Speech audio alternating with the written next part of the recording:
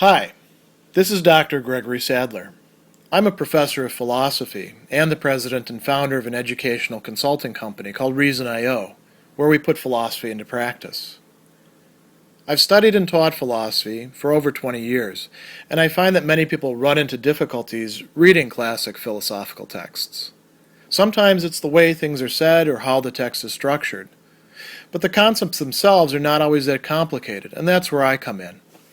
To help students and lifelong learners, I've been producing longer lecture videos and posting them to YouTube. Many viewers say they find them useful. What you're currently watching is part of a new series of shorter videos, each of them focused on one core concept from an important philosophical text. I hope you find it useful as well. In chapter 14 of his work Leviathan, Thomas Hobbes introduces what he calls the first and second laws of nature. And these are really foundational for his moral and political and social theory. What it is that he's advocating ought to get us out of the state of nature, which is inevitably a state of war in which our lives are, as he so famously puts it, nasty, brutish, and short. And really there's two parts of the solution of how to get out of the state of nature for Thomas Hobbes.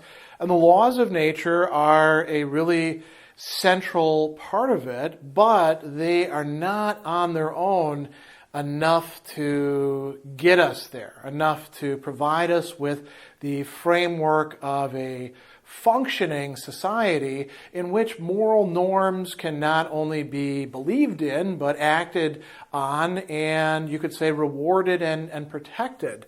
So let's start by talking about what a law of nature is for Thomas Hobbes. So this is a term that he's not coming up with himself, although his formulation of it is going to be rather unique to him. It's an idea that's been around for quite a long time, not only in the sense of, physics and the natural laws governing those sorts of things, which is actually coming a little bit later, but the notion of there being a law that is inscribed upon the human heart or soul, and that we can discover within ourselves that isn't a law just of one particular community, but is essentially within all of the human race, and then could be, made explicit, acted upon, taught. That is something that goes back in the Western tradition all the way back to, in some sense, Aristotle, and definitely the Stoics, and it takes a strong root within the Middle Ages. So by the time that Hobbes is coming on the scene, there's a lot of discussion of natural law. Now notice how he frames it. A law of nature, lex naturalis, is a precept or general rule, so that's one key thing there. It's a precept or general rule, found out by reason, another key thing there, by which a man is forbidden to do that which is destructive of his life, or taketh away the means of preserving the same, and to omit that by which he thinketh it may well be best preserved. So, three really important components there, right? It is a general rule. A rule tells us what to do. That's the same thing with a precept. It is discovered by reason. So it's not coming down to us from God on high. It's not something that has to be in some ancient text. It's something that any old person could, by exercising their faculty of reason, come up with, and presumably should come up with in situations that call for it. And then now notice this key truncation. Other forms of natural law theory will talk about more than just preserving life, and they'll also talk about preserving more than just one's own life. But here, Hobbes says it's forbidding people to do that which is destructive of their life or what they need for their life, or to admit things, to leave out things that they need. And he says that for though they that speak on this subject used to confound use and lex, right and law, they ought to be distinguished. Right is the liberty to do or forbear, whereas law determines and binds to one of them, so that law and right differ as much as obligation and liberty, right? So he's saying this is the source of obligation, and it ends up telling us what we can and can't do. So that put aside, let's think about, we're getting down to a little bit more specific. What are these first general laws of nature? So he tells us that exercising our reason, if we're stuck in the state of nature, which is war, or if we're worried about falling into that, we can think to ourselves about what would we need in order to get out of that. And so here's his rule. Every man ought to endeavor peace as far as he has hope of obtaining it. When he cannot obtain it, that he may seek and use all helps and advantages of war. So the first branch of which rule containeth the first and fundamental law of nature, which is to seek peace and follow it. So that is a central part. The second part of it says, by all means we can to defend ourselves. So the first law of nature, you can unpack it in different ways. It's essentially saying this. We'll put aside the defend yourself part. If you can indeed come to some sort of arrangement with other people where you have a good chance of enjoying peace, right? Comfort, safety, security, you ought to endeavor it. Now, what does endeavor mean? We usually think of endeavoring as, sort of a vague, I'm going to endeavor to do something, and people often say this when they're actually not going to do it, right?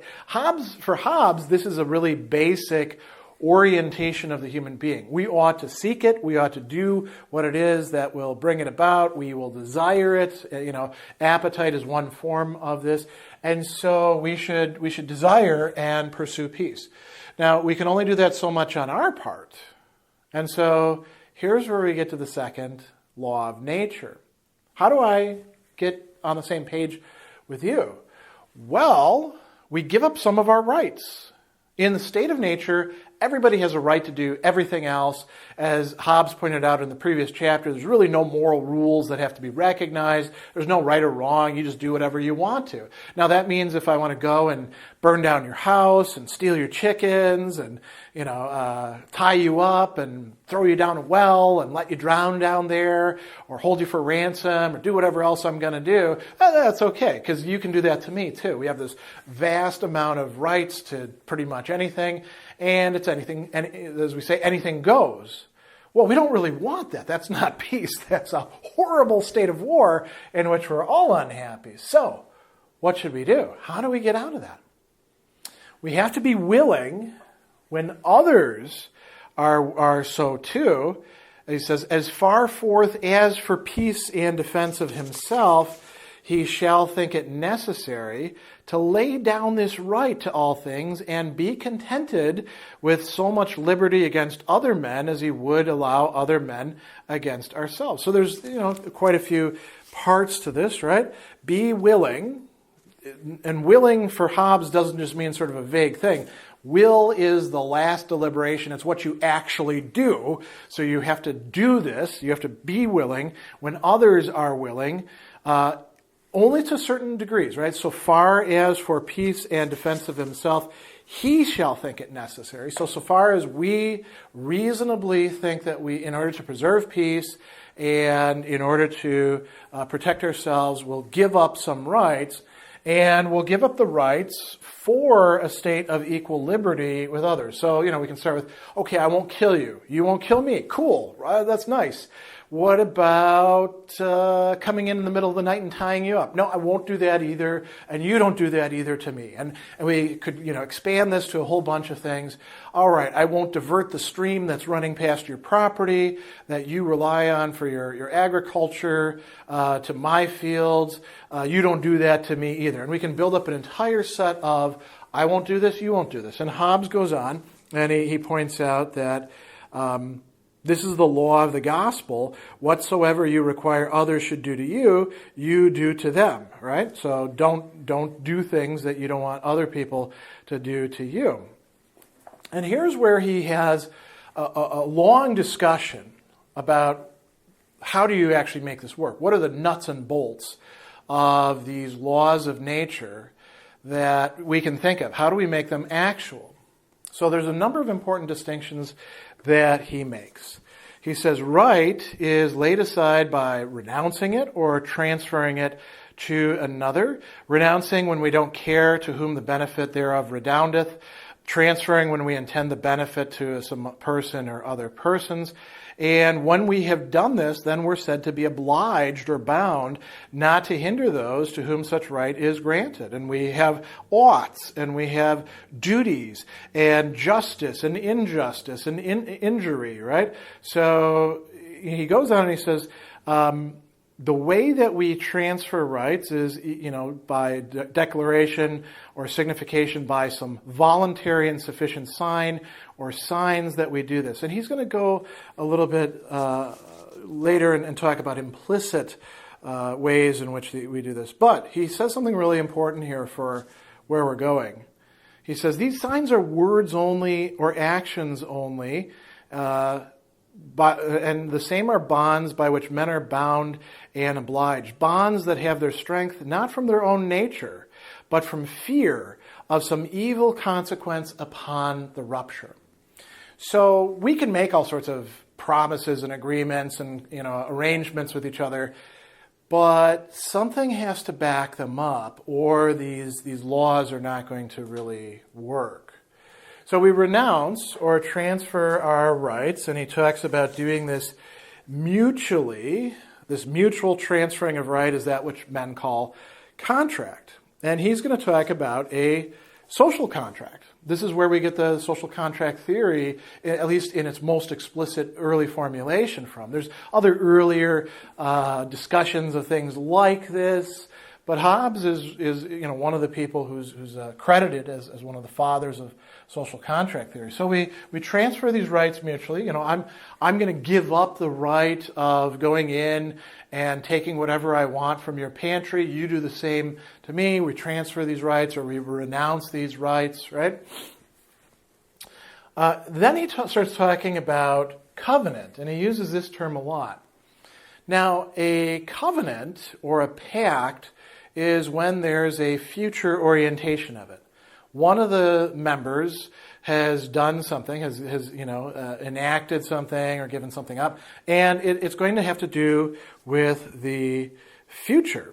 And so he says, one of the contractors may deliver the thing contracted for on his part, leave the other to perform his part at some determinate time after, and in the meantime be trusted. Then the contract is called pact or covenant. Or both parts may contract now to perform hereafter, in which cases he that is to perform in time to come, being trusted, his performance is called keeping of promise or faith, and the failing of performance, violation of faith. So we have this entire orientation towards the future, not just the immediate situation, but I say, okay, I'm not only not going to steal your stuff today, and you're not going to just do that, we'll do that tomorrow, next week, and the week after that, and really forever. Now, that's important, this future orientation, because that's what allows us to predict other humans' behavior and to have a sense of security that we're looking for. He also says something really interesting at the very end of this chapter. He tells us that oaths don't add anything to this, because you've already bound yourself. Here we go. An oath taken according to any other former right than his that sweareth is in vain, and no oath. An oath adds nothing to the obligation. A covenant, if it's lawful, binds in the sight of God without the oath as much with it. If unlawful, it bindeth not at all, even if it be confirmed with an oath. So oaths aren't really that important. He also mentions, too, that if there's transferring of right, but then it's not mutual, but one of the parties wants to gain friendship, service, or from his friends, in hope to gain the reputation of charity or magnanimity, or deliver his mind from the pain of compassion, or hope and reward of heaven. He says, this is not contract, but gift, free gift, grace, which words signify one and the same thing. So he's putting that aside, right? Then he also talks about, as I mentioned, you can contract by express, that is explicitly, or by inference. So he says, when you do it expressly, you say, I give, I grant, I've given, all that sort of language. Signs by inference, he says, are sometimes the consequence of words, sometimes the consequence of silence, sometimes the consequence of action, sometimes the consequence of forbearing. And so all of these are, quite important. Now, what backs this up? What enforces the contract? This is a really key point. He says, words alone, if they be of the time to come, of the future, and contain a bare promise, are an insufficient sign of a free gift and therefore not obligatory, right? And our worry about all of these things is that who's going to make sure that people follow through on these contracts? He says, if a covenant be made where neither of the parties perform presently, but trust one another in the condition of mere nature, upon any reasonable suspicion, it is void. So that means that you can promise anything you like in the state of nature, but you don't have to follow through on it. There is one exception. I do want to point out that's kind of funny here. He does say that covenants entered into fear in the condition of mere nature are obligatory, and he talks about ransoming your life, right? Somebody says, I'm going to kill you if you don't pay a ransom. Okay, you do have to follow through on that. But that's not really that important. And he tells us that if there is a common power set over both people making the agreement with right and force sufficient to compel performance, it's not void. The one that performs first has no assurance the other will perform after, because bonds of words are too weak to bridle human beings' ambitious, avarice, anger, and other passions without the fear of some coercive common power, which in the condition of mere nature we don't have. So he says, in a civil estate where there is a power set up to constrain those that would otherwise violate their faith, that fear is no longer reasonable. And so for that cause, he which by the covenant is to perform first is obliged to do so. So in order to make these laws of nature actionable, we need some sort of authority figure who can compel the people who have made the agreement to follow through on the agreement. And it's interesting and kind of paradoxical, because these agreements here are going to be the basis for creating that social contract that will acknowledge somebody as sovereign. And so you could say it's kind of a chicken-egg thing. But Hobbes thinks that you can get past this, you can make agreements, and then these become binding on everybody.